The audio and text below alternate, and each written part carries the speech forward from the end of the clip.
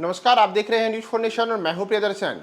बिहार में झंझारपुर संसदीय क्षेत्र पर वीआईपी की ओर से कौन उम्मीदवार होगा, इसे लेकर अब वीआईपी ने अपने उम्मीदवार का नाम तय कर दिया है। जी हां, झंझारपुर सीट को लेकर के जो अलग अलग नामों की चर्चा चल रही थी, उन नामों के बीच अब वीआईपी सुप्रीमो मुकेश सहनी ने एक चौंकाने वाला नाम दिया है और सुमन कुमार महासेठ अब वीआईपी उम्मीदवार के तौर पर झंझारपुर संसदीय क्षेत्र से चुनाव लड़ेंगे।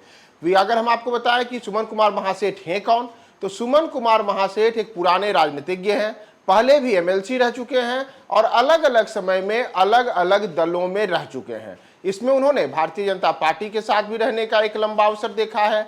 साथ ही साथ इसके पूर्व मधुबनी विधानसभा क्षेत्र से वे विधायक का चुनाव वीआईपी के ही टिकट पर लड़ चुके हैं। तो ऐसे में एक बार फिर से सुमन कुमार महासेठ को लेकर के वीआईपी सुप्रीमो मुकेश सहनी ने एक बड़ा दांव झंझारपुर में खेला है। दरअसल झंझारपुर सीट को लेकर के पिछले कुछ दिनों से अलग अलग नामों की चर्चा थी, जिसमें एक बड़ा नाम यह भी चल रहा था कि राजद के पूर्व विधायक गुलाब राय को झंझारपुर से उम्मीदवार बनाया जा सकता था। उनके नाम को लेकर के अलग अलग किस्म के बड़े दावे किए जाते रहे थे। यहां तक कि गुलाब यादव ने झंझारपुर संसदीय क्षेत्र में अलग अलग जगहों पर अपना चुनावी अभियान भी चलाया था, लेकिन गुलाब यादव के नाम की जो चर्चा थी वह केवल चर्चा तक सिमटी रह गई और मुकेश सहनी की नाव पर सवारी करते हुए झंझारपुर संसदीय क्षेत्र से सुमन कुमार महासेठ झंझारपुर में महागठबंधन के प्रत्याशी होंगे। दरअसल हम आपको बता दें कि जो झंझारपुर की सीट है, इस सीट पर पिछले चुनाव में रामप्रीत मंडल ने जदयू उम्मीदवार के तौर पर चुनाव जीता था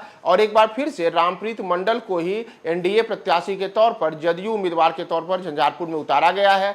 तो उनके मुकाबले इस बार महागठबंधन ने अब जिन्हें उम्मीदवार बनाया है वह है सुमन कुमार महासेठ। और जैसा मैंने आपको बताया कि ये वीआईपी के उम्मीदवार हैं।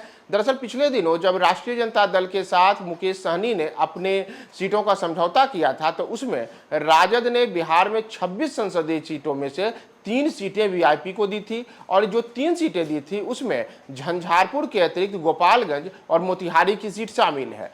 अब तक किसी भी सीट को लेकर के मुकेश सहनी ने किसी उम्मीदवार का नाम तय नहीं किया था, तो यह पहला मौका है जब झंझारपुर सीट को लेकर के मुकेश सहनी ने अपने पहले उम्मीदवार का नाम तय किया है और एक बड़ा चौंकाने वाला फैसला लिया है।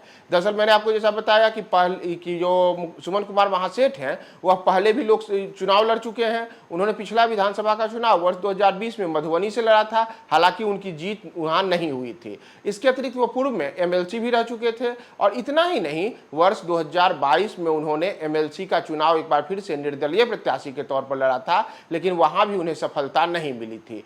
तो एक बार एमएलसी रह चुके सुमन कुमार अब लोकसभा चुनाव लड़ने के लिए झंझारपुर में तैयार हैं और उन्होंने यहां पर टिकट के जो अलग अलग दावेदार थे, उन तमाम दावेदारों में कई दावेदारों को पटखनी दी है और इसमें एक बड़ा नाम राजद के गुलाब यादव का है, जो पूर्व विधायक है। दरअसल गुलाब यादव के बारे में जैसा मैंने आपको बताया कि वो पिछले कुछ दिनों से लगातार झंझारपुर में सक्रिय हैं।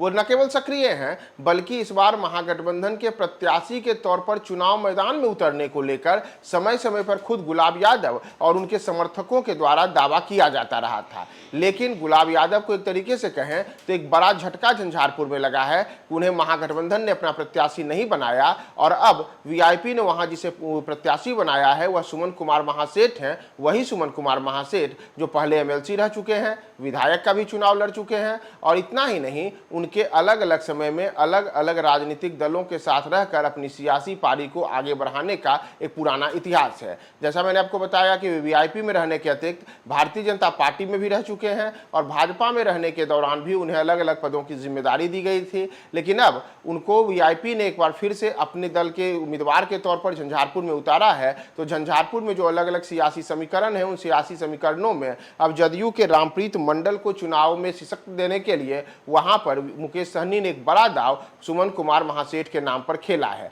तो अब देखना यह महत्वपूर्ण होगा कि झंझारपुर सीट को लेकर के जो एक बड़ा दाव सुमन कुमार के नाम पर मुकेश सहनी ने चला है, तो उसमें महागठबंधन के प्रत्याशी अब जदयू के प्रत्याशी के मुकाबले इस चुनाव में कहां तक टिक पाते हैं।